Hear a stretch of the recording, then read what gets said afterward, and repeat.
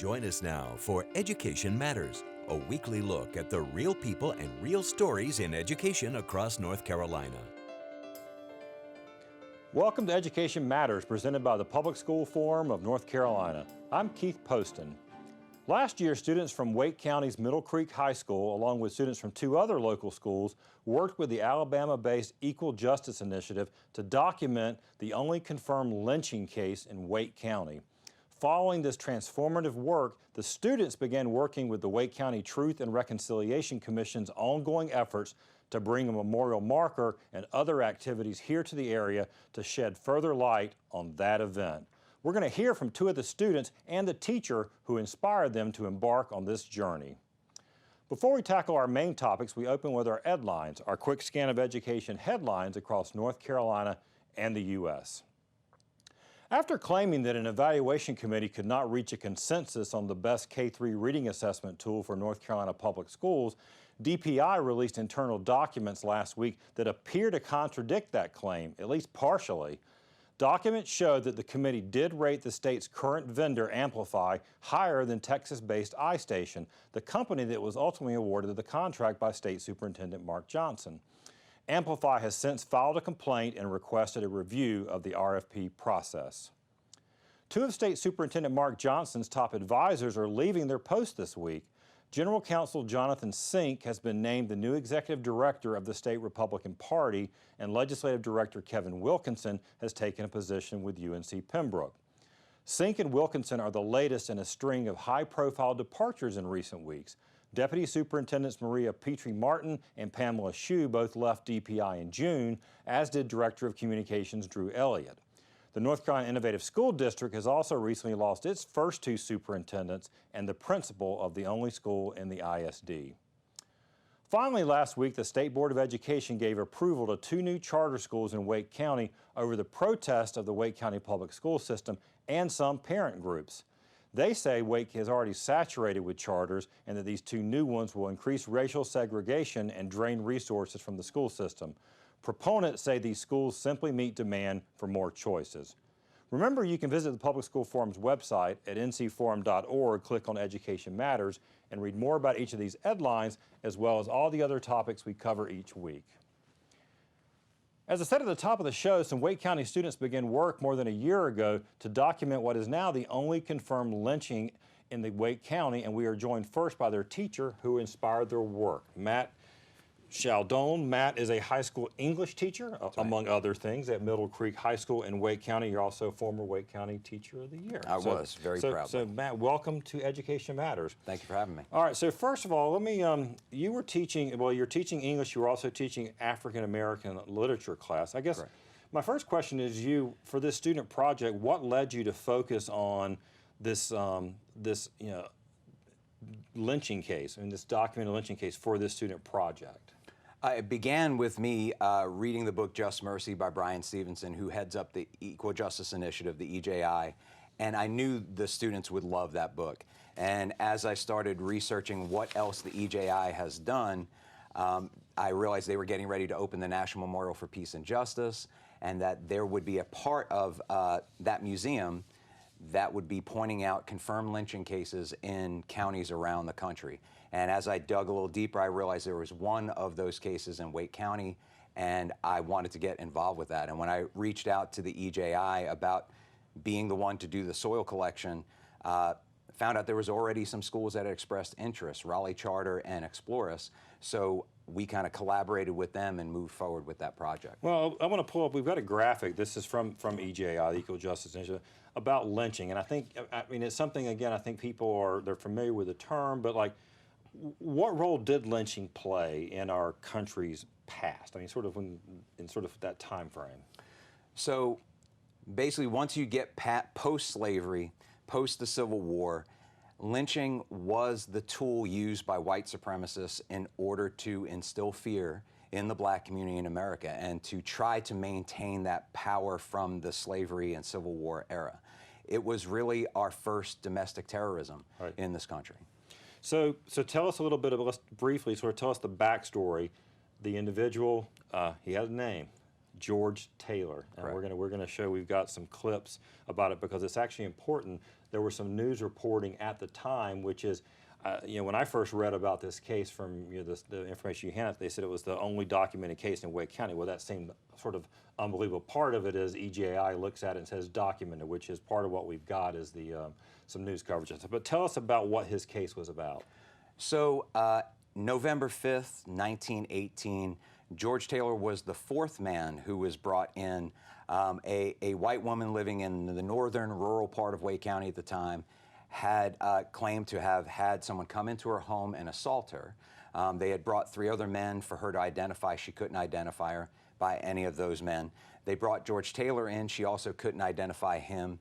After some time, she said, well, it sounds like him. So based only on the sound of his voice, he was accused of this assault.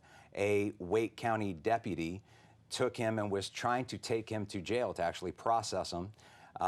And he was intercepted less than a quarter of a mile from the accuser's home by 4 masked Klansmen. They were armed. They actually held that deputy at gunpoint along with Taylor for over 6 hours in a nearby ditch while a crowd of from reports, over 300 Wake County citizens gathered. And what we know happened at the end of it all was that he was hanged upside down by his feet in a tree. He was assaulted by knives, and he was shot over 100 times. I mean, these things are hard to hear, but I think we're going to get into it in a minute. One of the things that you want to teach, in fact, you're working on a new class, is called Hard History. That's right.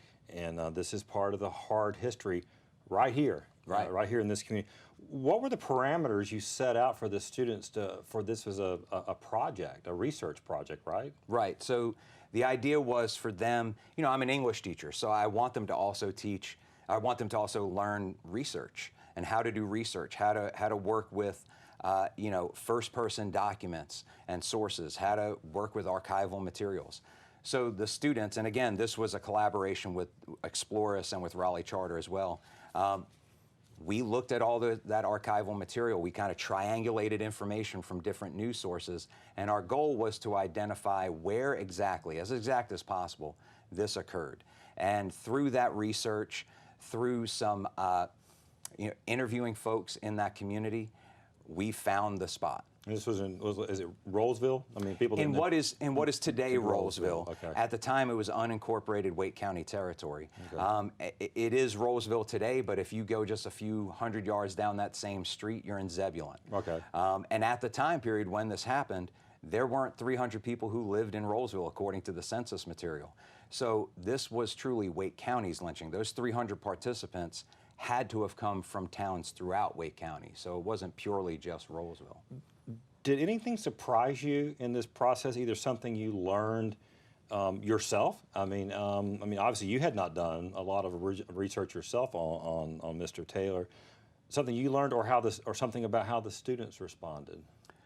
I often say that no one understands unfair like a teenager, and when you put something as unfair as lynching in front of them, they have a dogged approach to that work, a level of engagement with that work that I have never seen in any other assignment, any other project that I had ever done in the years leading up to this. That when students are giving real, meaningful, substantive, possibly life-changing work, they give their full effort, their full focus and attention. To be honest, I was having to hold them back at times that they wanted to go even further with the work. Well, you mentioned all the different pieces. Like I said, you're an English teacher, not a history teacher, but you want to, to me it sounds like if we have a lot of teachers who watch this show, this is project-based learning in a lot of ways. So it's like basically all the different elements of what you hope that a student at this point in high school is learning some tools to help them become, well, college level learnings, lifelong learners. So that's great. So let's talk about that class that you're planning. You're working on a new class for next year. So based on the response the students had with this work, county leaders saw the passion the kids had for this and saw the things that they were able to do based on this project. So they've allowed me to start designing and piloting a brand new course that is, for the time being called Hard History and Civic Engagement. So we're going to look at a lot of archival material about a range of topics, and all of it is moving towards, well, what do we do now? So kids coming through our 8th grade social studies curriculum in North Carolina, they definitely, there's a whole unit about North Carolina history. Yeah, that's. I mean, myself, from growing up here, in the 8th grade, that was when you had your sort of North Carolina history thing, right? And we definitely learn about the Wright brothers, and we learned that there are some lighthouses out at the coast, but we don't talk enough about how the Trail of Tears started in North Carolina. We don't talk enough about how North Carolina carried their eugenics program longer and further than any other state in the country. We don't talk enough about the coup in Wilmington. So we want the kids to learn about those things, look at a lot of archival materials, do some research, multimedia research. I want them to learn from an English teacher standpoint. How do you put that in, how do you synthesize that information? How do you present that information? But then ultimately it's, but what do we do now? Right. What can you do now that will affect some kind of positive change in your community based on what you've learned? Real quick as we're wrapping up, as a white educator, yep. How do you get comfortable, I mean, we talk about race on the show, talking about issues of race. We're going to meet your students here in just a minute, but what would you tell other educators who are nervous about sort of grappling with something like this? You never get comfortable. And that, to me, is the important part. It shouldn't be comfortable to stand up and talk about slavery. We shouldn't be comfortable when we talk about the eugenics program. There should be a level of discomfort, and that's okay. We oftentimes think that the students can't handle it, that they will get too upset. It's been my experience that they don't get up. I mean, we have those moments in class. Sure. Tears get shed. But just because something is potentially uncomfortable doesn't mean it's not worthwhile. And oftentimes, that's really the most worthwhile stuff. Well, we're going to talk to these students. They're awesome. I can't wait to introduce them, but thank you, Matt, Absolutely. for being on the show. Me. After a brief commercial break, we are going to introduce you to 2 students who worked on the project. Before we go to break, see if you can answer this question. What county in North Carolina has the most documented lynchings? Education Matters is brought to you each week in part by Town Bank, serving others, enriching lives.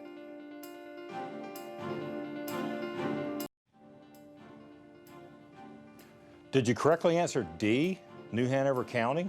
Due in large part to a violent coup, or maybe you heard it as a race riot in Wilmington in 1898, New Hanover holds the tragic distinction, according to the Equal Justice Initiative, of the most documented lynchings in the state of North Carolina with 22, and actually New Hanover ranks in the top 20 of most lynchings in the entire nation. Next up, we're going to meet 2 of the students who helped lead this project and also made the trek to the National Memorial for Peace and Justice in Montgomery, Alabama. So welcome to Education Matters, Destiny Eaton. Destiny was a student at Middle Creek High School, class of 2018, now a student at Winston-Salem State University. Welcome to Education Matters. And Yancey Greer. Yancey just graduated from Middle Creek High School and will be attending NC State University this fall. So welcome both of you to the show. Thank you. Now, that question I just asked about New Hanover County, you already knew the answer to that because it's something that I assume came up when you were visiting the museum down in Montgomery, because one of the things they were doing was documenting cases. So, I mean, was that, I guess I want to ask you, Destiny, I mean, how did that, just initially sort of looking at the numbers and seeing those counties, was that a sort of a different experience than what you were reading about here? Yeah, definitely. When I saw the names on the column, I was definitely taken back because I was not expecting, that many names for the same date in the same, county. So when I saw that, I was like, wow, that was kind of, tugged at my heart a little bit. But, I definitely left with a different outlook on Wilmington. But, now things have changed just a little bit. So, hopefully. Yancey, we heard, Mr. Sheldon shared some about the project, but I'd like to hear a little bit more. I mean, the first part, obviously some of it was just researching, looking for clips, finding some more sort of contemporary reports. As we mentioned, there very likely were more lynchings that have happened in this area, but these were some news reports because there was an actual, an attempted arrest. That actually never happened. But what were the parts of, like, for example, we're going to show some pictures, I know. There was a soil collection part of this project that the museum likes to. Tell me about that part of it. Well, when we first tried to get the soil, her class, when they first tried to get the soil, the landowner there, he was totally cool with it. and then they revoked it after a while with like family complications and stuff. And so one of her classmates just came up with the idea, let's just have all the soil from like Wake County and let's compile that into a jar to show that the 300 people who are there, to show that our event is moving past it. We're moving past it, it's showing progression, and it's not just coming from us, it's coming from the whole community. So we collected all of that soil and then we brought it to the museum when we went there to EJI, and there was 2 lawyers there and they gave like a wonderful speech. And it was just like they thought it was really cool that we just collected all the soil from Wake County. That was like original. And Dustin, I mean, the point of this, I guess, part of the soil part of it again is, I mean, I think we all sort of, I'm doing it like reflexively, holding something in my hand. Right. It's making it very real. Something real, something horrible. Yeah, happened right here. And it's hard. It's a little hard to come to grips, you know, that something like this happened in your own state, let alone your own county. But I mean, with us, with one of my classmates having the idea to bring all the soil from Wake County together to make, you know, one big jar, it kind of symbolized like us coming together and to move past, like Yancey said. Right. Now, I think both of you, you guys have presented at conferences. We've got some photos that we're going to show up on the screen. You presented before the Wake County Commission, the school board. I mean, I guess one of my questions for both of you is, what do you hope will come of the work that you've done over the last 2 years that will endure over time? Well, what do you hope, Yancey? Ultimately, I just want people to see that even though we're young, even though we don't have like a career, we don't have influence, like in that way we still have a voice, and when we all come together, we can spread something and do something for a larger purpose that's bigger than us. And even though we're doing it in like this like campaign space, it still has larger implications like butterfly effects. Right, sure. What about you? For me, I just hope that the school system specifically implements more socially conscious topics such as this. This is one of the things that I was arguing at the School Board of Education meeting, that they just implement more socially conscious topics, and that it's okay for us to learn things because, you know, this is real and this has happened, and, you know, now it's time to learn about it and, you know, move forward from it. Well, that's one thing that Mr. Chaldon just said. He said, you know, some folks are worried that maybe students can't handle it or don't want. I mean, what is I assume, I don't even know, I shouldn't assume that you went to school, grade schools up here in North Carolina. I mean, as far as the North Carolina history that you were taught versus what you were just researching, I guess, do you feel like you were missing some of the story?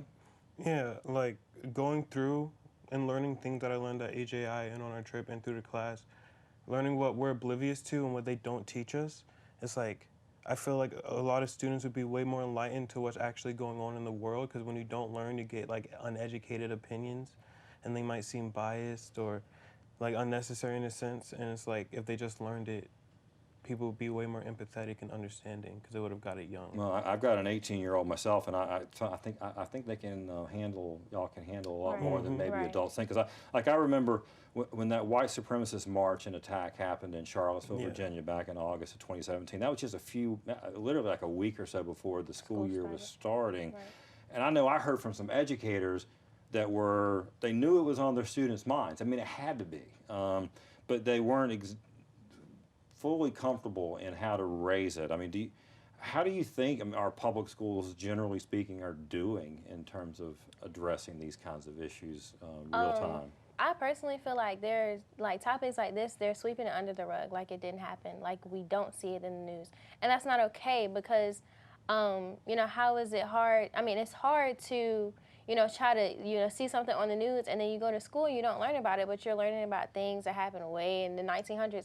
Not saying that that's bad, but, you know, let's be up to date with the education that they're teaching the students in the classroom because it's important to, you know, not sugarcoat things. I feel like people don't give teenagers as much credit as we deserve because, you know, with them sugarcoating these things, it's like they're saying like, oh, they don't need to learn about that. They're not, you know, they're not old enough or they're not ready. And that's not the case. We're definitely ready. Well, you did learn some things on your trek, almost a pilgrimage in some ways, to Montgomery, Alabama, in addition to going to this very powerful museum that is, you know, I mean, sometimes sort of short as the lynching museum. It really documents that. But you also visited Dr. King's church. So tell me about, I'd like to hear from each of you, your most impactful memory of that trip. I liked hearing about the history, especially going to Martin Luther King's church. I love hearing about the history of it and showing that this has been like a thing that we had to progress. Like, it's not new. There's history there, there's actual substance there, and it makes what we're doing feel a lot more important. Right. You know. What about you, Dustin? For me, I feel like everything that we everything that we did with going to Martin Luther King's church and then going to the EJI Museum, also as well as the National Museum, the National Memorial for Justice and Peace Museum, I feel like everything that we experienced made everything so real, you know. Going And to we've his got some pictures we're showing up on the screen. This Right. is actually from the memorial, and I want to ask you. We're going to show something in a moment, and maybe we can jump to it.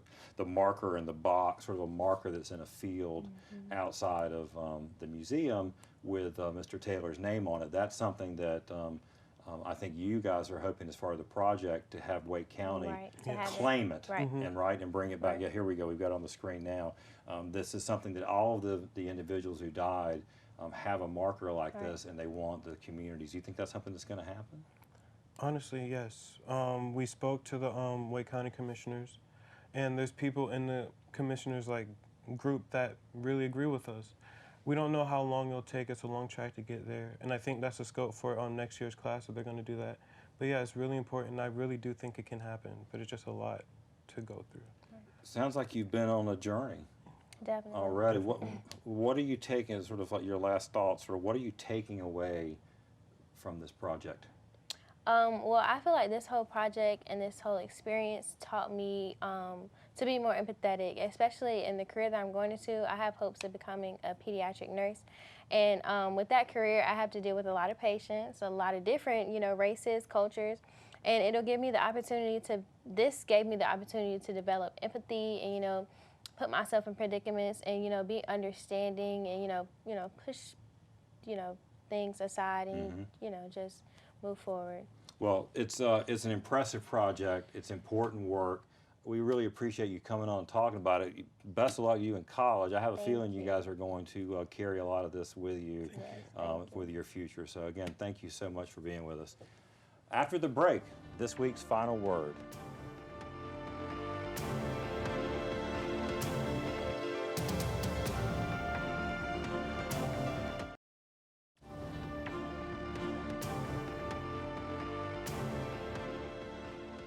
For my final word, I actually want to take a moment to praise the Wake County Public School System, its current superintendent Kathy Moore, former superintendent Jim Merrill, and the Wake County Board of Education for its leadership and courage in encouraging real talk and a real focus on issues of race.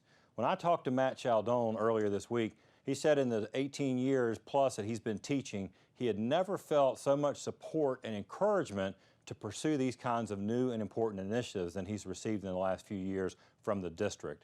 I wanted to call it out because it doesn't always happen, and it's not always without controversy. Wake County Public School System is not perfect on the issue of race equity. None of our systems are, and they've acknowledged as much. There are issues around discipline disparities for black and brown students. There's some growing resegregation in the district.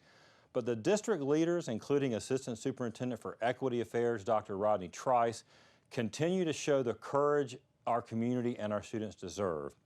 Tackling issues of race is complicated and can be uncomfortable, just like Matt said, but I believe that our students are more than capable of learning and understanding the full picture of our state's history beyond the Wright brothers and the Lost Colony. So kudos to Wake County for schools for trusting its educators and its students, and in the long run, we will all benefit.